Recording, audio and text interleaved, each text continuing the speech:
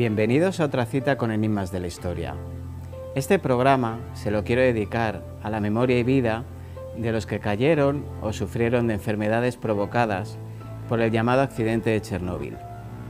Ese va a ser el primer enigma de hoy, pero obviamente no nos conformaremos solo con eso. Síganme un día más a través de los secretos de la historia. Espero despertar, si me lo permiten, su curiosidad por nuestro pasado.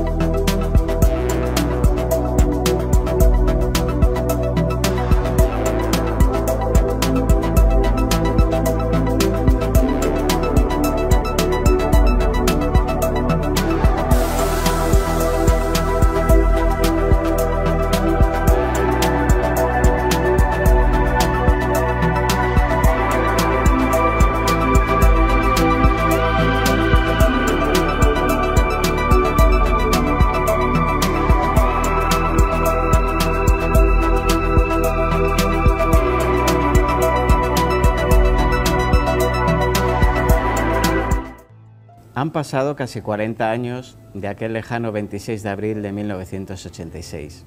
Esa noche, una explosión en la central nuclear de Chernóbil, antigua Unión Soviética, casi acaba con la vida de nuestro planeta tal y como hoy la conocemos. Si la radiación no se hubiera controlado, algo que aún hoy y durante siglos habrá que seguir haciendo, el efecto en los seres humanos hubiera sido devastador, no solo por las múltiples enfermedades que nos hubiera creado, sino también por los cambios en nuestra vegetación, fauna o climas. Aquella explosión de máxima belleza visual, pero mortífera en lo invisible, no solo provocó casi la caída de un sistema de gobierno, sino que afectó, y de manera irremediable, la vida de los que habitaban en sus proximidades. Algunos fueron héroes, otros simples observadores, pero aquella noche fatal cambió sus vidas para siempre, obligándoles a abandonar sus hogares, sus amistades, la tierra donde habían nacido sus hijos, pues después de aquellas terribles horas se les prohibió volver a sus casas o recoger sus cosas personales. La radiación se adueñó de su pasado y de su futuro. Sin embargo, acceder no es tan difícil como pueda parecer. Hoy en día, Chernóbil atrae a turistas que están intrigados por su historia y su peligro. Basta una pequeña pelea administrativa para conseguir un permiso de entrada a cambio de dinero.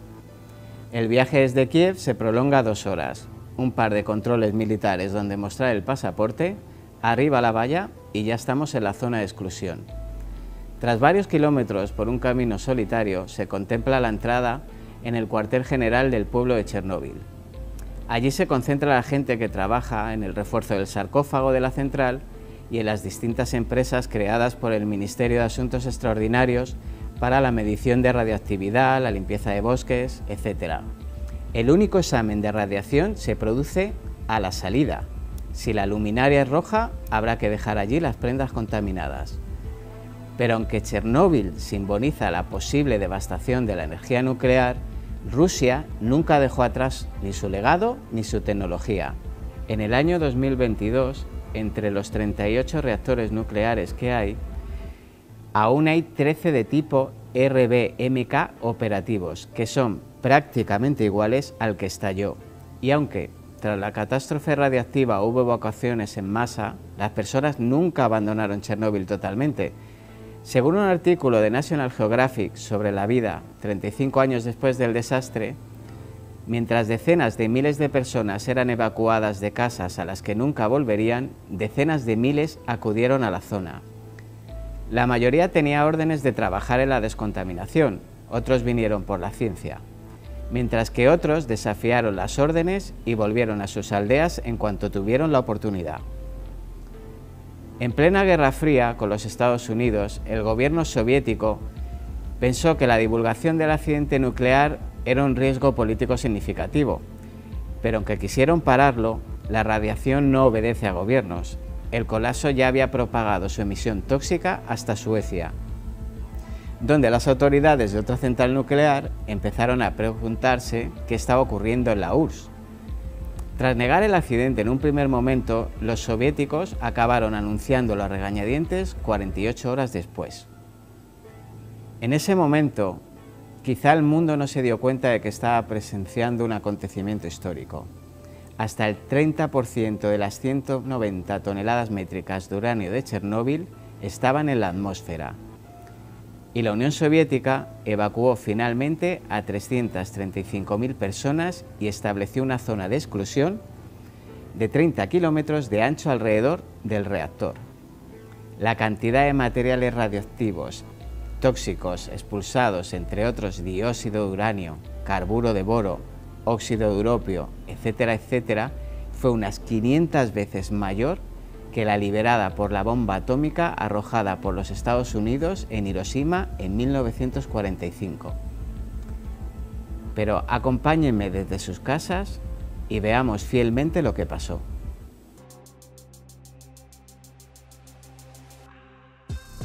La central nuclear de Chernóbil era en aquel tiempo una de las centrales nucleares más grandes del mundo. Además, formaba parte del programa militar estratégico soviético. La explosión fue una desafortunada coincidencia de varios factores.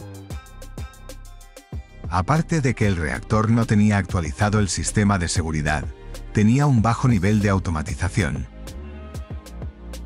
En la noche del 26 de abril, se estaba llevando a cabo un experimento que debía poner a prueba el rango inercial del turbogenerador.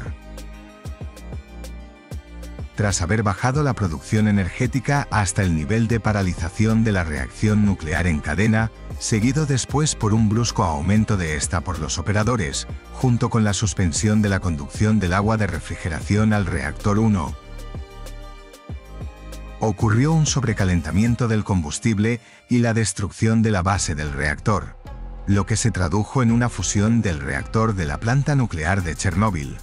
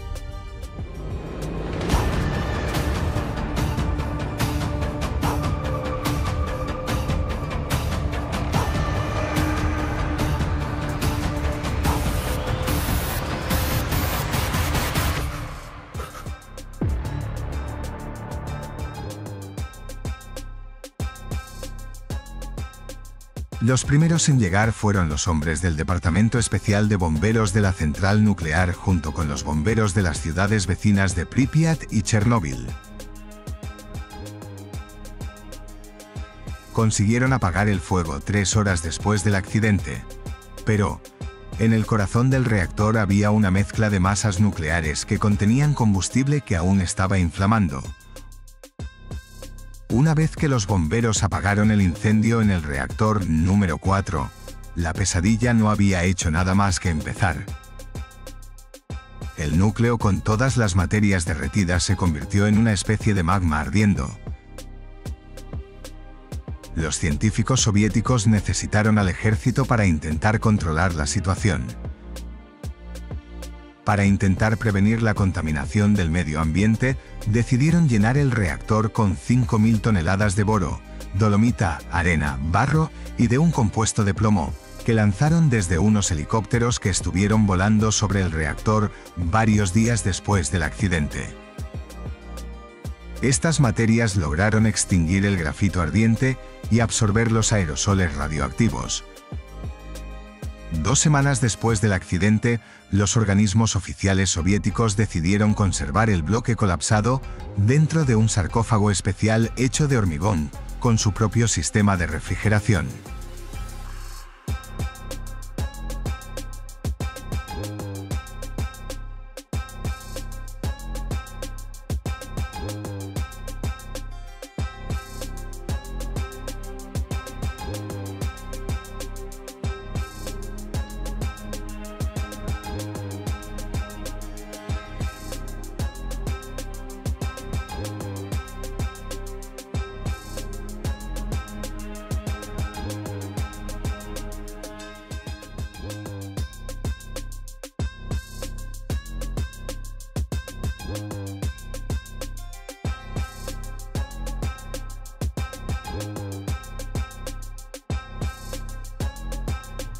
En un principio fallecieron 28 personas por el accidente y más de 100 resultaron heridas.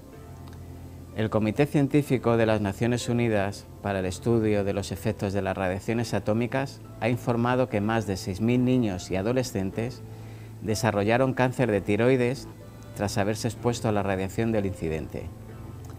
Los investigadores internacionales han pronosticado que unas 4.000 personas expuestas a altos niveles de radiación podrían sucumbir a cánceres vinculados a esta y que unas 5.000 personas expuestas a niveles inferiores de radiación podrían correr la misma suerte. El desastre de Chernóbil trajo consigo una factura económica y política que aceleró el fin de la Unión Soviética e impulsó un movimiento antinuclear internacional. Se estima que el desastre ha costado más de 210.000 millones de euros en daños. La actual Bielorrusia perdió casi una quinta parte de su terreno agrícola, ya que el accidente contaminó el 23% de su territorio. En el punto álgido de la respuesta ante el desastre en 1991, Bielorrusia gastó el 22% de su presupuesto total para hacer frente a Chernóbil. Desde su evacuación, en 1986, Pripyat se ha convertido en una ciudad fantasmal. Pero aún así, dispone de un encanto y ambiente distinto, carteles, tiendas, colegios, parques, casi suspendidos en el éter del tiempo. Allí viven unas 100 personas conocidas como las abuelas de Chernóbil, a las cuales la administración les permite vivir en el área, puesto que muchas de estas personas participaron en los trabajos de liquidación.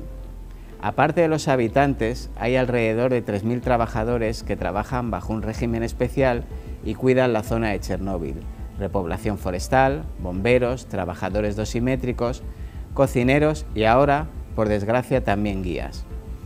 Unos 2.500 empleados siguen trabajando en la central nuclear de Chernóbil, a pesar de su cierre definitivo en el año 2000.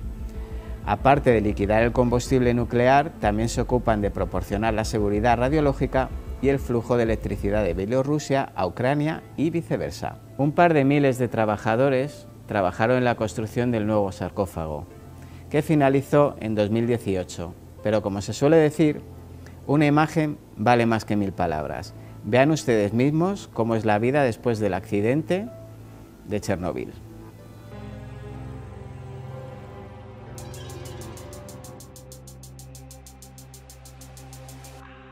Chernóbil, un nombre que resuena con ecos de catástrofe. El desastre nuclear de 1986, revivido recientemente a través de la serie de televisión homónima, dejó una marca imborrable en la historia. Miles de personas sufrieron cánceres, una zona poblada se transformó en una ciudad fantasma y se creó un área de exclusión de 2.600 kilómetros cuadrados. El impacto de la radiación en Chernóbil fue devastador, pero, a pesar de la tragedia, la zona de exclusión no está desprovista de vida. Lobos, jabalíes, osos y otras especies han regresado a los frondosos bosques que rodean la antigua planta nuclear en el norte de Ucrania. Incluso la vegetación ha demostrado una sorprendente capacidad para adaptarse y sobrevivir en un entorno altamente radiactivo. La vida vegetal ha demostrado ser notablemente resistente a la radiación y al desastre nuclear, a diferencia de los efectos devastadores que tiene en los seres humanos y otros animales. Esta resistencia se debe a varias características biológicas únicas de las plantas. Las plantas se desarrollan de una manera mucho más flexible que los animales. Al no poder moverse, se ven obligadas a adaptarse a las circunstancias en las que se encuentran. En lugar de tener una estructura rígida como la de un animal, las plantas se van formando a medida que se desarrollan. Esto les permite ajustarse a las condiciones cambiantes del entorno, incluida la radiación. A diferencia de las células animales, casi todas las células de las plantas tienen la capacidad de crear nuevos tejidos, lo que les permite reemplazar las células o tejidos muertos mucho más fácilmente que los animales. Esta capacidad de regeneración les brinda una ventaja significativa para sobrevivir en entornos hostiles, como el altamente radiactivo de Chernóbil. Además de esta resistencia innata a la radiación, algunas plantas de la zona de exclusión de Chernóbil parecen estar utilizando mecanismos adicionales para proteger su ADN, cambiando su química para hacerla más resistente al daño y activando sistemas para repararla si esto no funciona. Estas adaptaciones podrían remontarse a épocas en las que los niveles de radiación natural en la Tierra eran mucho más altos, lo que sugiere que las plantas de la zona de exclusión pueden recurrir a adaptaciones evolutivas para sobrevivir. La vida vegetal ha demostrado una asombrosa capacidad para adaptarse y sobrevivir en entornos altamente radiactivos, como el de Chernóbil. Su flexibilidad, capacidad de regeneración y posibles mecanismos de protección adicionales les han permitido prosperar a pesar de las condiciones extremas. Este fenómeno ofrece una fascinante visión de la resistencia y adaptabilidad de la naturaleza frente a desastres de gran escala como el de Chernóbil. Les vamos a dejar que reflexionen un momento sobre este tema. Nos vamos a publicidad y enseguida volvemos. No se retiren.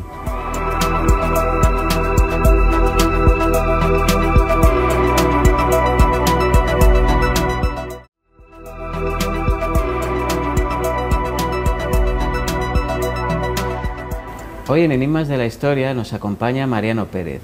Mariano es colaborador del equipo Ágora 2.0, un proyecto que llegó hace poco a mis oídos y me ha parecido bastante interesante traérselo.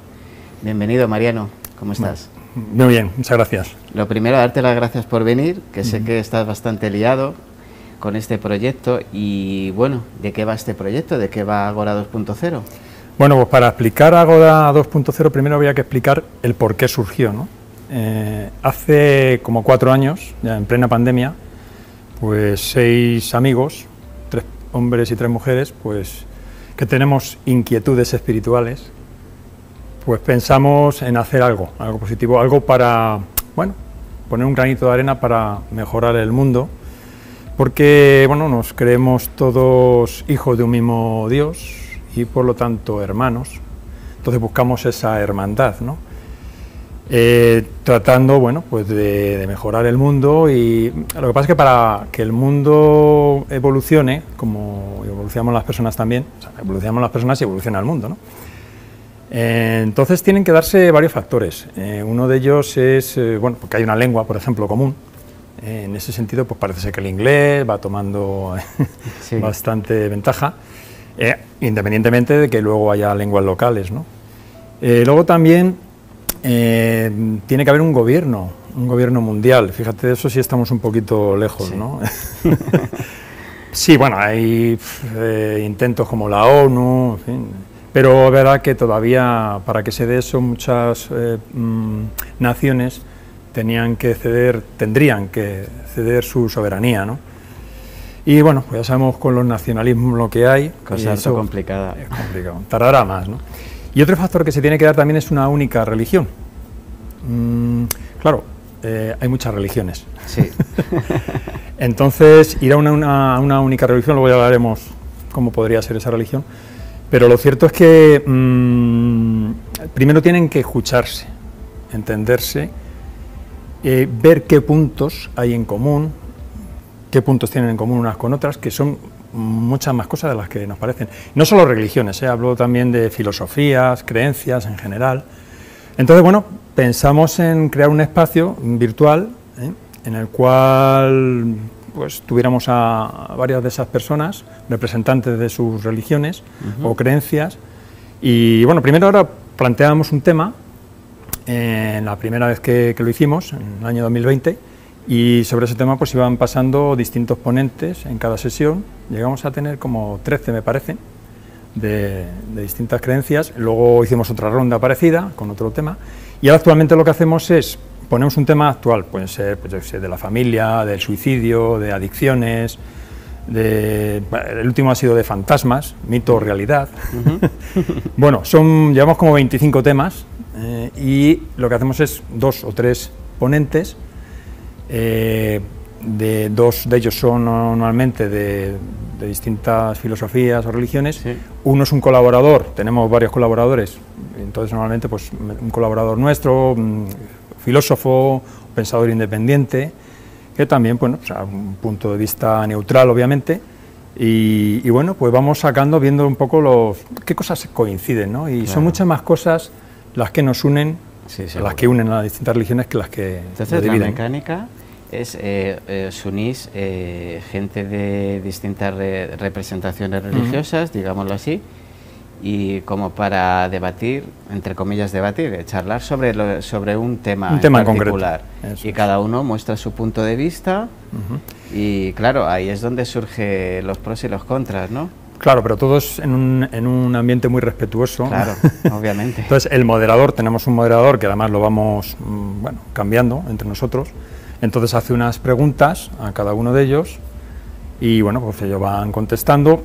Y es verdad que, bueno, hay veces que no, lo que están diciendo es diferente, claro, pero bueno, es así, las religiones tienen sus conceptos diferentes, y sin embargo, lo más importante, pues yo creo que eso sí permanece, ¿no? Lo más importante, pues eso, normalmente las religiones monoteístas creen en un mismo Dios, sí. Luego pues eso, una vida después de la muerte, o una evolución. Hay quien son reencarnacionistas, quien no, en fin, esto... Pero al final lo bueno, lo positivo es la concordia. Sí. Que no es algo que sea un ejemplo del día a día, la concordia entre religiones. Por eso me ha parecido tan interesante este proyecto. Sí, sí, lo que buscamos es precisamente un espacio entre amigos, por así decirlo. Precisamente está saliendo el vídeo introductorio que tenemos en la plataforma, en YouTube. Y bueno, pues nuestros principios pues eso, son de respeto, de humildad, si además vemos que alguien se muestra irrespetuoso, en fin, empieza a faltar, claro, y eso pues no vuelve directamente, ¿no? Al final es que es complejo, ¿no? Porque sí es cierto que casi todas las religiones tienen puntos en común, sí, pero también tienen distancia en común, al menos cultural. Si ya no son de preceptos religiosos, sí culturales. Sabemos que hay religiones pues, que son un poco más abiertas, más bonitas, vamos a decirlo, otras que son un poco más cerradas o más significativas en un modo de ejercer. ¿Cómo conseguís que haya armonía, que todo fluya? Bueno, dando a cada uno su espacio para exponer sus ideas y no entrando, digamos, a cuestionarlas. Nosotros no las cuestionamos y entre ellos, pues normalmente tampoco. Pueden hacerse algún matiz, ¿no? Que puede ser diferente, pero no suelen entrar. Es verdad que tenemos que dar un salto también ahí, ¿no? Sí, hombre, al final es un proyecto que claro, va evolucionando. Que tiene que evolucionar poco a poco, no es fácil. No. Entonces sí, tiene que llegar un momento en que puedan intercambiar ideas para encontrar, bueno, a ver, nunca vamos a encontrar. Hombre, llegar a una religión única. Es que... ya te digo yo que no lo veo. No, ¿sabes qué pasa? Que una religión única, de las que hay actualmente, que llamamos evolutivas, por así decirlo, que son creadas por el hombre, Pues esas religiones yo creo que ninguna, es una opinión personal, creo que ninguna sería la que podría, digamos, abrazar representar a al todos. resto, claro. Tiene que ser otra cosa distinta, ¿no? Sí.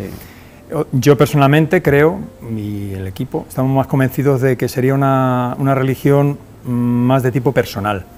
Es decir, tratar de buscar a Dios dentro de ti, pensamos que tenemos una fracción de Dios dentro de nosotros, entonces buscar esa fracción, ¿no? Es tratar de comunicarte con Él, de vivirlo, Él vive con nosotros, y tratar de hacer de alguna manera su voluntad, ¿no? Porque nos sirve como de guía, ¿no?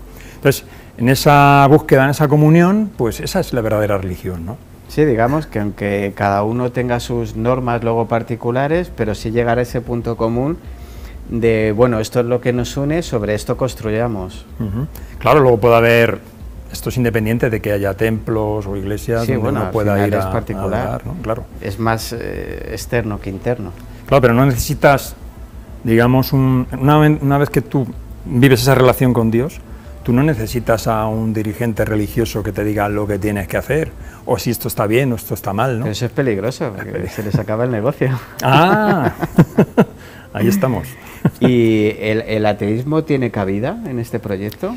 Bueno, han estado un par de veces con nosotros también, precisamente porque queremos escuchar a todos, ¿no? Claro. Queremos escucharles y, bueno, claro, temas muy concretos, ¿no? Porque no les puedes invitar a todo tipo de temas, pero si han estado un par de veces con nosotros, bueno, se les ha escuchado, se les ha respetado y no pasa nada, ¿no? Tenemos que dar cabida a todos. Desde una vertiente filosófica, pues también se pueden incrementar, ¿no?, en el proyecto. Pues que, a ver, el ateísmo habría que ver el por qué existe el ateísmo, ¿no? Claro, sí. A ver, muchas veces también el ateísmo es un desconocimiento de diversas doctrinas que hay, porque doctrinas hay para elegir. Sí, yo lo veo más una reacción, digamos, en contra de lo que hay, ¿no?, de las religiones que hay. Y lo cual lo entiendo perfectamente, porque sabemos que, bueno, ha habido religiones que han hecho mucho daño, han hecho bien también, las dos cosas, han hecho cosas buenas y cosas menos buenas. El fundamentalismo es complicado, claro, es complicado de llevar hoy día que vivimos tan deprisa, que nos pasan tantas cosas, que corremos tanto. Toda esa simbología, todas esas reglas, todos esos dogmas, a las generaciones de hoy se les hace bola. O sea, al final se les hace muy complicado. De alguna manera la ciencia también ha jugado un papel muy importante en eso, en restarle importancia a todas esas, casi diría yo, supersticiones, ¿no?, que se tienen en las religiones. Y claro, conceptualmente cuesta encajar eso. Entre el daño que ha hecho las religiones y la ciencia que viene a descubrir cosas que no eran lo que se pensaban, pues al final la gente reacciona y dice, estoy en contra de esto, ¿no? Claro. Pero claro, yo entiendo, ¿vale? Tú puedes estar en contra de cómo funcionan ciertas iglesias o tal, pero Dios es otra cosa. Dios es otra cosa. Entonces, tú, en una conversación normal, a alguien que a lo mejor no cree en Dios, tú le hablas de Dios y enseguida piensa, aquí hay una religión, hay una iglesia, hay no sé qué, hay unos dirigentes. No, ¿por qué haces esa asociación tan básica? Hombre, a lo mejor... Al final es cultural. Claro, pero es que me parece una simpleza, ¿no? Dios es otra cosa. Dios no es lo que dicen estos señores. Nadie puede representar a Dios en la tierra. Eso es una aberración, pensar eso, ¿no? Entonces, bueno, yo pienso una de las causas por las que está el ateísmo bastante imperante, sobre todo en Europa, pero por lo que hablamos, yo creo que lo que dices tú del Dios interior, del llegar a través de uno mismo, es casi el único punto en común en el que podéis poneros de acuerdo, porque ¿cuántas religiones más o menos hay en nuestro planeta? Más o menos, a grosso modo. ¿Religiones? Sí. Muchas. Religiones, creencias, sin entrar en filosofías. Si quieres te hablo de las que normalmente, bueno, habitualmente las que más están con nosotros son el hinduismo, con las dos vertientes de la edad de Krishna también. Luego está, bueno, el catolicismo está cristianismo evangélico, una que no es tan conocida y sin embargo está muy extendida, la fe Bahá'í, colabora mucho con nosotros. ¿Qué consiste? Fe Bahá'í. ¿De dónde proviene? Pues creo que proviene de, no sé si de la India, de Oriente seguro. Yo sí sé que yo estuve en Israel viendo en Haifa un templo que tiene allí, precioso, eso es divino. Y bueno, curiosamente es una gente bastante abierta, ¿no? Es una religión más moderna, pero es una mente más abierta. Nos parece muy interesante, ¿no? También las cosas que proponen. También hemos estado al principio con la cosmovisión andina, que esto es un poco la religión de los incas, de la Pachamama, le da mucha importancia a la tierra, ¿no? A la madre tierra. Bueno, también nos parece interesante los estudiantes del libro de Urantia, también les hemos invitado algunas veces, porque bueno, nos parece muy curioso, muy interesante todo los contenidos del libro, ¿no? Entonces a veces en algunos temas pues es interesante su aporte, ¿no? Claro. Bueno, y sijismo, taoísmo, un poco de todo. Bueno, al final, en esos encuentros pues hay diferentes razas, diferentes religiones, diferentes credos, formas de pensar, culturas, y me resulta súper bonito. Los encuentros los hacéis online, sí, de momento, ¿no? Sí, son online, una vez al mes. No nos matamos tampoco, como verás.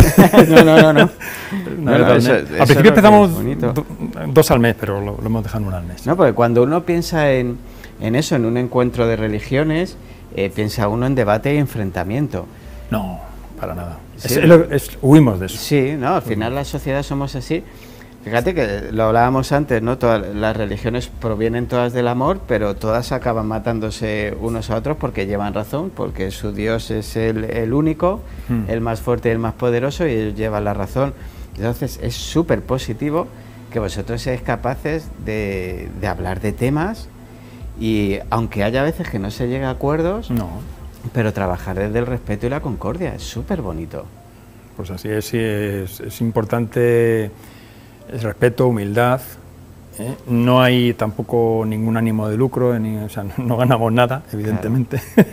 Por eso es bonito, ¿ves? Por eso no hay enfrentamientos, como no hay dinero que ganar, solo es hablar y llegar a acuerdos y llegar a entendimientos, es bonito y tiene concordia. Sí. ¿Qué temas tratáis? ¿Sobre qué temas o qué problemas consideras tú que preocupan a los representantes? Hombre, siempre nos reunimos un mes antes y bueno, miramos a ver qué temas no hemos tratado ya y que sean, bueno, pues actuales o que pensamos que son de interés para la sociedad en general.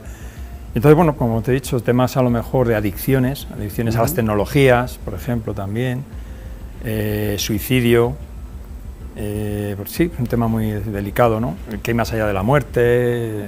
El suicidio, fíjate, es un tema que se habla poco, en público, en la sociedad se habla poco, y es un problema brutal de la sociedad, sí, sobre todo de la sociedad que vivimos hoy día, de la no cumplimentación de objetivos, que por supuesto obviamente los tenemos súper altos, tenemos que ser los mejores, sí, los que más cosas tengamos, los que más disfrutemos, los que más tal, y es imposible superar esos objetivos, es imposible, esas expectativas no son humanas, sinceramente, claro, son irreales totalmente. Y no sé, las religiones normalmente condenan bastante el suicidio, entonces es un tema. ¿Cómo lo debatís o a qué conclusiones llegáis? A ver, lo debatieron los ponentes, pero es verdad que de esto de hace ya tiempo. Es verdad, no hay religiones que condenan más o piensan que el que se suicida pues no se sabe qué va a pasar con él. A mí me parece muy osado, no sabemos qué puede pasar con alguien que se suicida. Pero es verdad que estás de alguna manera interrumpiendo tu carrera, por decirlo de alguna manera, tu carrera ascendente, ¿no? Tu carrera de evolución. Y claro, la experiencia que tenemos aquí en este planeta, en este plano material, es muy importante para nuestra continuidad luego ya más adelante, ¿no? Entonces, interrumpirla evidentemente es una decisión muy seria y bueno, yo creo que lo preocupante es que esté aumentando mucho el suicidio, sobre todo en jóvenes. Sí. Eso me acuerdo que era un dato que para preparar el programa lo miramos, y era prácticamente la primera causa ya de muerte entre los jóvenes, ¿no? Entonces, pues hombre, algo hay que hacer, ¿no? Algo se está haciendo mal, cuando esto está ocurriendo algo se está haciendo mal. Yo creo que la sociedad está muy materializada, se le da mucha importancia a ciertas cosas, como la imagen, el culto al cuerpo, etcétera, que a lo mejor eso pues habría que dejarlo en un segundo plano. Yo es que pienso que las religiones tienen un debe con la sociedad y la juventud, y es que ellas no se acercan a la gente, es la gente la que se tiene que acercar a ellos, en general. Entonces es muy complicado que a una persona que espiritualmente no cree en ese tipo de cosas, venir y ofrecerle dogmas tan duros muchas veces y decirle que es estúpido porque lo que está haciendo lo está haciendo mal y que tiene que hacer esto y que tiene que hacer lo otro. Entonces yo creo que como marketing es súper agresivo, perdóname que emplee la palabra marketing, es súper malo y súper agresivo para acercarse a una generación que no ha sufrido, con lo cual no tenía por qué acudir a Dios, porque al final es una generación que se ha criado bien, económicamente el mundo iba bien. En Occidente por lo menos. Claro, Occidente iba bien, entonces no había tanta necesidad de rezar, no había tanta necesidad de orar, en tu casa no lo veías. Entonces, ¿cómo conseguimos ayudar a esas personas? Yo pienso que las religiones deberían estar para ayudar a la gente, no para juzgar a la gente. Pero, ¿qué se puede hacer? Vosotros que os reunís, que lo habláis, que intentáis llegar a acuerdos, ¿qué se puede hacer para que la gente se acerque a sí mismo y a través de a sí mismo ya buscar ese ser superior? Yo creo que lo que hay que hacerles es invitarles a que precisamente encuentren esa parte espiritual dentro de ellos, ¿no? Ese espíritu, al fin y al cabo, lo que estamos hablando, ¿no? Dios dentro de nosotros, ese es el espíritu divino, y entonces tratar de, a través de meditación, otros ejercicios, tratar de reflexionar también sobre ello y de buscar esa conexión, y al final, bueno, pues te planteas la vida de otra manera, ¿no? Puedes llegar a conseguir no darle importancia a ciertas cosas, problemas que se tienen, incluso de relaciones personales, que me ha dejado el novio, la novia, tal, y por eso me voy a suicidar. Venga, si dentro de 4 días la vas a olvidar, ya que más. Entonces, no sé. Tenemos, bueno, jóvenes y no tan jóvenes que carecen de herramientas psicológicas para defenderse ante el dolor, porque ni se lo han presentado como es, ni saben cómo llevarlo, ni cómo sobrellevarlo. Y si encima tienes el yugo de la educación, de la exigencia, de la religión encima, es complejo, es complejo. Por eso al principio te decía lo de las religiones se fundamentan en el amor, pero nosotros la enseñamos a base de golpes. Sí, bueno, eso es la teoría, ¿no? Sí. Dios es amor, bueno, no para todas las religiones. Sí. Para algunos es amor, pero también es otra cosa. Pero para otros es castigador. Es castigador, sí, también. Exactamente. Entonces, bueno, Jesucristo, de hecho, vino un poco a quitar esa imagen, ¿no?, de ese Dios castigador, iracundo, que, bueno, castigaba porque habías hecho cosas indebidas o simplemente no le seguías. Y él, claro, vino a quitar esa imagen negativa, ¿no?, de ese Dios, porque Dios es amor, efectivamente, Dios es amor, y eso es lo que tenemos que buscar, ¿no? Entonces, cuando tú admites eso y lo interiorizas, y esto va por los jóvenes, de alguna manera ya lo demás va saliendo solo, o sea, lo tomas como una experiencia de vida, ¿no? Es decir, ¿me pasa esto que es desagradable? Vale, pues sé que esto me puede aportar algo positivo, un aprendizaje en mi vida, y tomo nota para la siguiente, y así estamos para aprender, ¿no? Entonces no hay que tomarlo como un desastre, como echarse las manos a la cabeza porque nos pasen cosas. Estamos para eso. Para que al final, yo creo que podéis hacer una labor muy buena, llegando a esos acuerdos sin imposición, porque al final las creencias no pueden ser una imposición. No, jamás. No deben serlo una imposición. No. Al final uno tiene que creer lo que le sale dentro, pero si te ayudan, te lo ponen más fácil. Es cierto que hay religiones en el mundo que son más cerradas, sí, lo sé, pero aún así tienen puntos en común. Siempre. Entonces, si conseguís unificar esos puntos en común y llegar a la gente, que hoy con las redes sociales es mucho más sencillo llegar a la gente, habréis hecho una labor fundamental. A ver, hay muchos temas espinosos donde jamás se van a poner de acuerdo las religiones porque no evolucionan. Conceptualmente son diferentes. Hablábamos del suicidio, podemos hablar de la homosexualidad. Fíjate, pues lo que se monta con las declaraciones del Papa Francisco, que es católico y es católico cerrado, y escuchas a gente llamarle comunista. O sea, yo llamar a un Papa de Roma comunista, yo creo que era de lo poco que me quedaba por escuchar en el siglo XXI, llamar comunista a un Papa de Roma. Porque no sé si hay algo más inamovible que la Iglesia Católica Apostólica Romana. Sí. O sea, no lo sé. Da pequeños pasos, pero es verdad que para mí personalmente me parecen muy escasos, ¿no?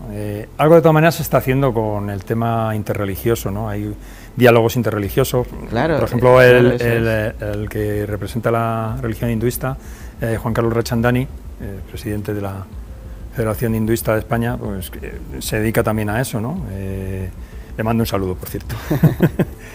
Y bueno, está el Parlamento de las Religiones del mundo también, que de vez en cuando se reúnen. Son pequeños pasos, ¿no?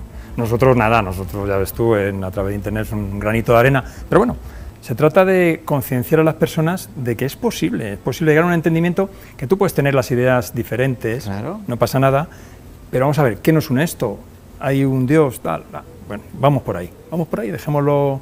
Lo demás, que tú piensas que reencarnas en un animal o si tal. Sí, al final pues es respeto, pero es que vivimos en una sociedad de crispación, de no respetar al otro, de llevar razón de sí, porque yo lo sé y yo apoyo a los míos, y si los míos se equivocan, sean políticos, sean líderes religiosos, sea fútbol, sea lo que sea, pero yo les sigo apoyando aunque se equivoquen y vea que se están equivocando, y yo también me tiro por ese precipicio.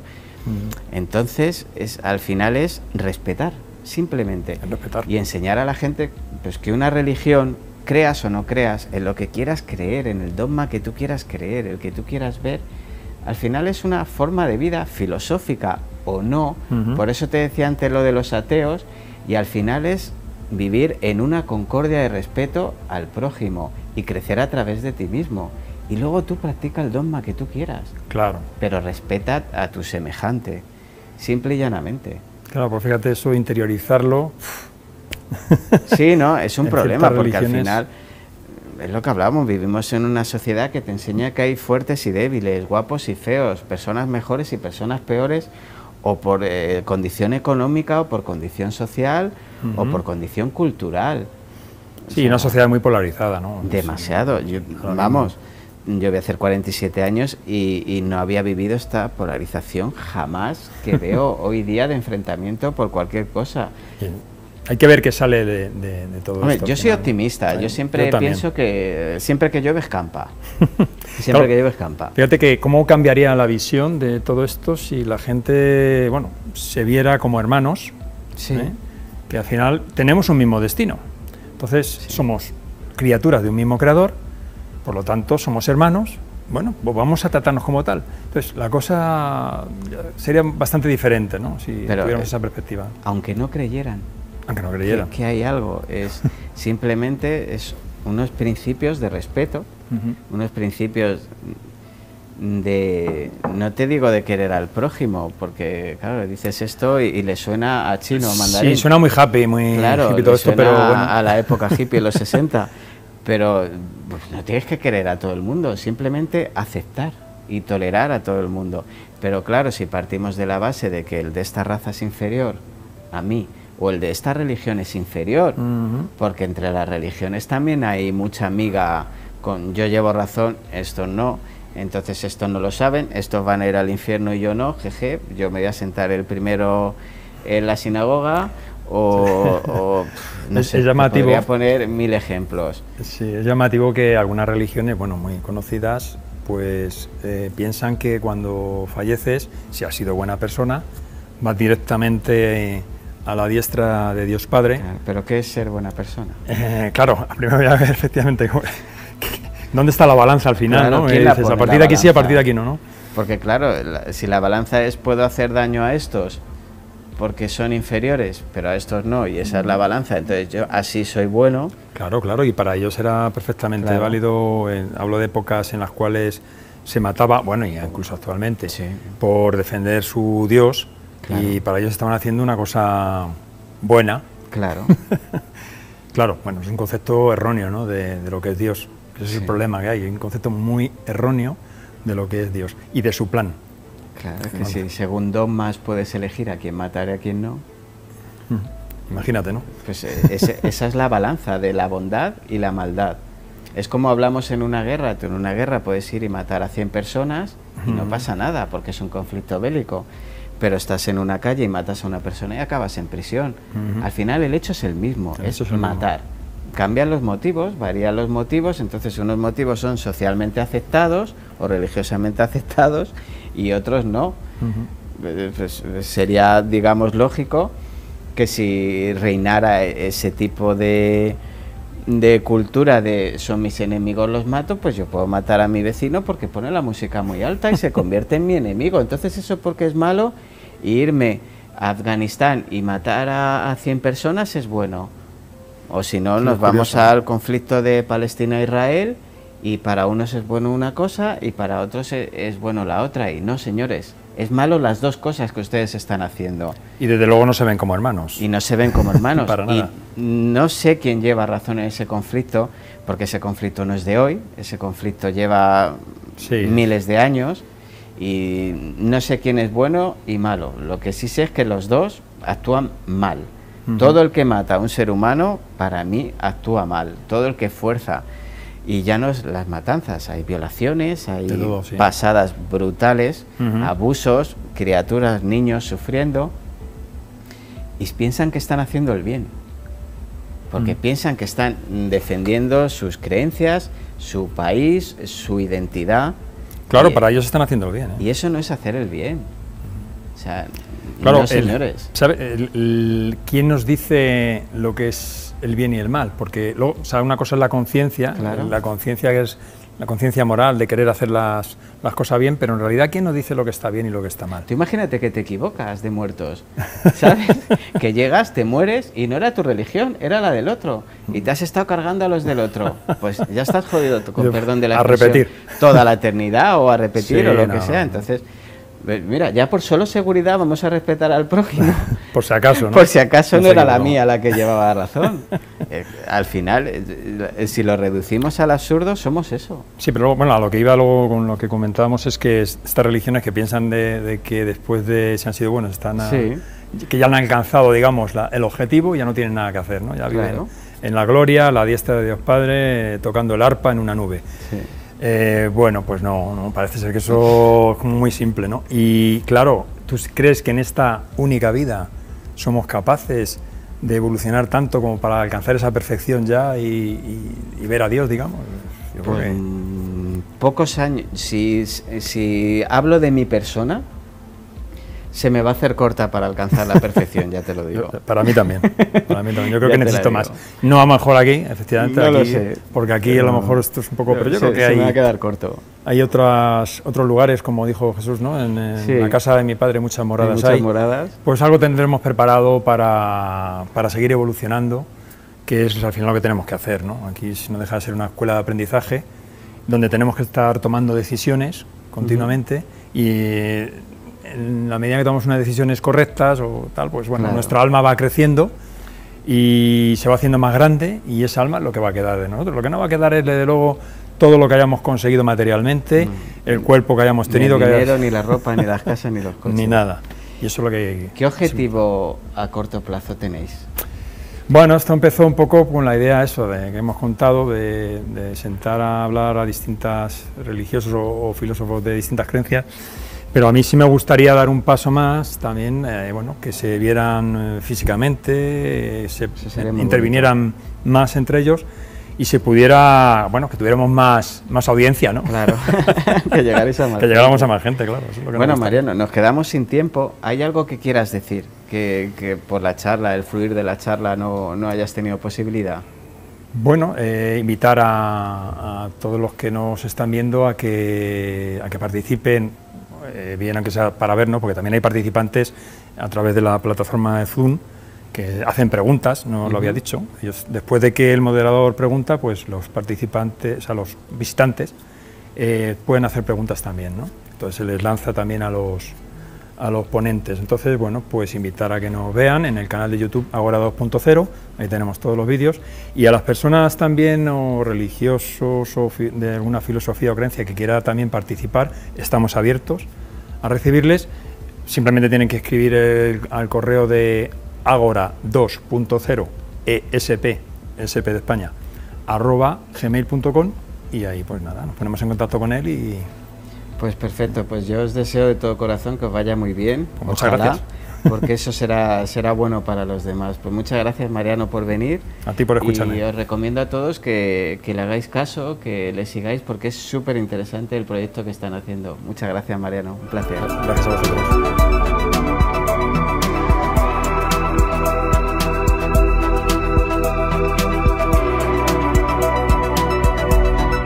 He de confesar que aunque somos un programa pequeñito, hemos recibido muchas propuestas para colaborar con nosotros. También he de decir que, por desgracia, muchas son con la intención de engañarles a ustedes, los espectadores. Jamás trataré un tema desde un punto de vista superficial o simplemente con el afán de tener más audiencia. Ni les diré que la Tierra es plana, ni que hay gigantes en la Antártida. Y no lo haré porque sea mentira, cada uno que piense lo que quiera. No lo haré porque no lo creo. No me siento capaz de sentarme aquí y mentir solo por crecer en espectadores o seguidores.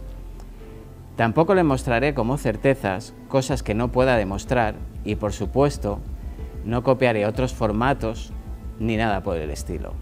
Respeto en demasía mi trabajo y el de los demás. Por lo tanto, si lo que hacemos inspira a otros, por nosotros perfecto. No deja de ser un halago. Y bueno, cambiando de tema, imagino que ustedes habrán visto, o al menos habrán oído hablar, de la saga de películas de Marvel.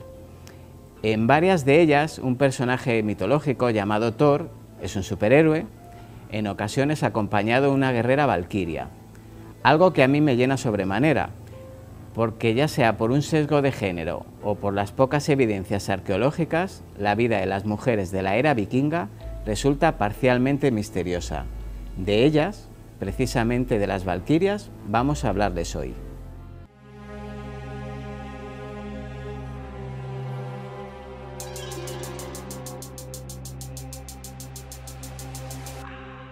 Las valquirias son una enorme excepción en nuestra historia.